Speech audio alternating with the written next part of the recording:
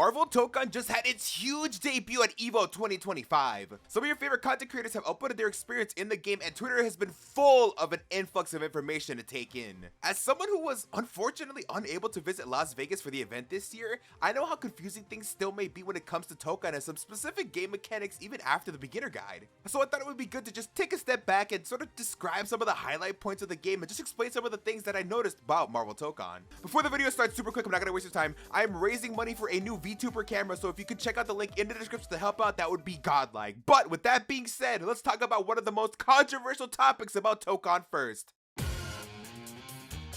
It seems my theory on Tokon Walls from the previous video was correct. The stage in Tokon appears to be 3 different sections, each with their own properties and conditions. The walls in Tokon are broken through 4 different manners. The first is when a character has their back against the wall and gets thrown. The second condition is when the combo limiter gauge below the hit stun meter reaches its max. The third condition is when you use a level 1 or a level 3 near the corner and launch the opponent through the wall. And the final condition is when you hit 2H while in an aerial rave, causing your character to hit the opponent towards the wall, causing that screen transition. The breakable walls in Tokon serve a different purpose than what they do in Strive. Strive walls give the players a reset of the neutral while giving the leader a meter boost gain. In Tokon, this is different because now instead of gaining meter, you actually gain your assist. Meaning as the match goes on, players will be looking to resource manage and do what they can to gain their characters as fast as possible. At the far end of each section of the stage, you have an actual normal wall that allows for proper corner pressure, wall splat, and corner specific combos. While I think this is a fantastic middle ground for having the mechanic be so prevalent, I do know that a lot of people have been very adamant on their disdain for it. But let me know what you guys think down below as we move on to the next feature we learned about.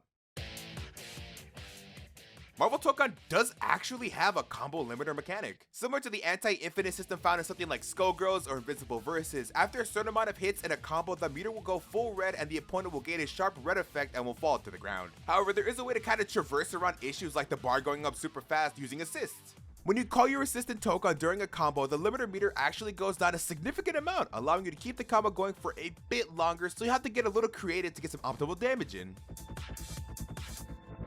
Traversal in this game varies from character to character. Characters like Captain America get air dashes, while somebody like Miss Marvel uses her unique to move around the stage, but to offset this benefit, she actually doesn't get an air dash. Iron Man and Star-Lord get 8-way air dashes as well as flight modes. And finally, Doom and Storm can only flight and air dash. However, Doom's dash is similar to something like Slayer's dash in that it's treated more like a small teleport than a full movement. This allows for characters to have the upper hand in some aspects without making the whole roster feel the exact same.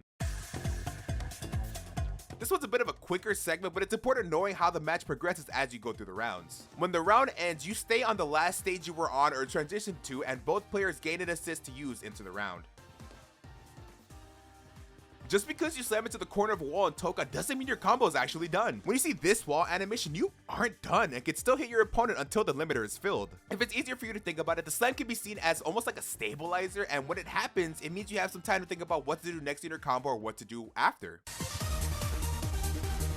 This character select, while still in very early development, is already so comic-like and does a great job at implementing the Marvel aesthetic in an Arx's fashion. Once you select your full team, you get this really cool comic cover where your point character becomes the main focus of the team up and your assists cover the bottom of the comic. This screen is very similar to what we have now in Strive in that it lets you set up your controls without having to back out to any of the menus, list the character's ease of use based on their playstyle and moveset, as well as letting you select character-specific themes for the match. It's unknown at this point if they will also let you pick potential stage themes, but I have to imagine for now, this might be a game where it's only character themes, and I'm honestly 100% okay with that at launch. And the last thing I wanted to point out, and correct me if I'm misremembering that this was in Strive or not, but you also have the ability to check a character's moveset while on the select screen, and I do think that for the early cycle of this game's life, it's going to entice a lot of new players to want to explore their options and not just raw dog it in every match.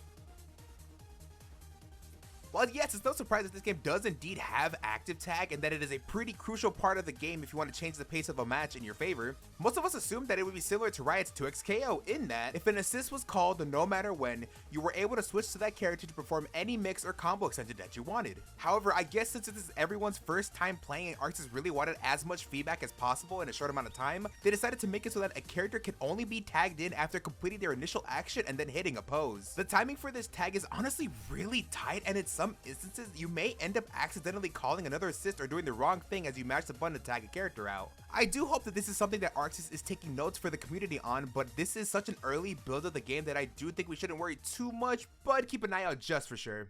I can't be too specific on this category because, you know, I didn't actually get to play the game. But what I can and will talk about is some of the miscellaneous things I noticed and saw over the weekend that I didn't really know where to put when I was writing the script. For one, in the button settings menu in the game, you can see at the very bottom there are different slots allowing you to save multiple presets off controllers, meaning that if you have a few people over, you don't have to constantly redo your buttons every time you swap. This game actually has air recovery, and because of that, when the hit stun meter stops and a combo is over, you can press a button and flip out of a combo and go back to neutral. However, just like in Dragon Ball FighterZ, if you're asleep at the wheel and don't press anything, the opponent is rewarded with another free hit into a full combo, which can be indicated by looking at the combo counter and taking notice of how it switches from a bright color to a more cooler tone.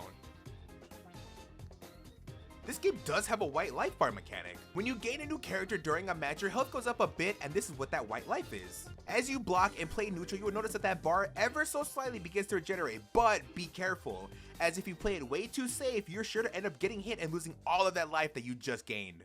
And finally, the last and most important detail to go over. This is not Marvel vs. Capcom.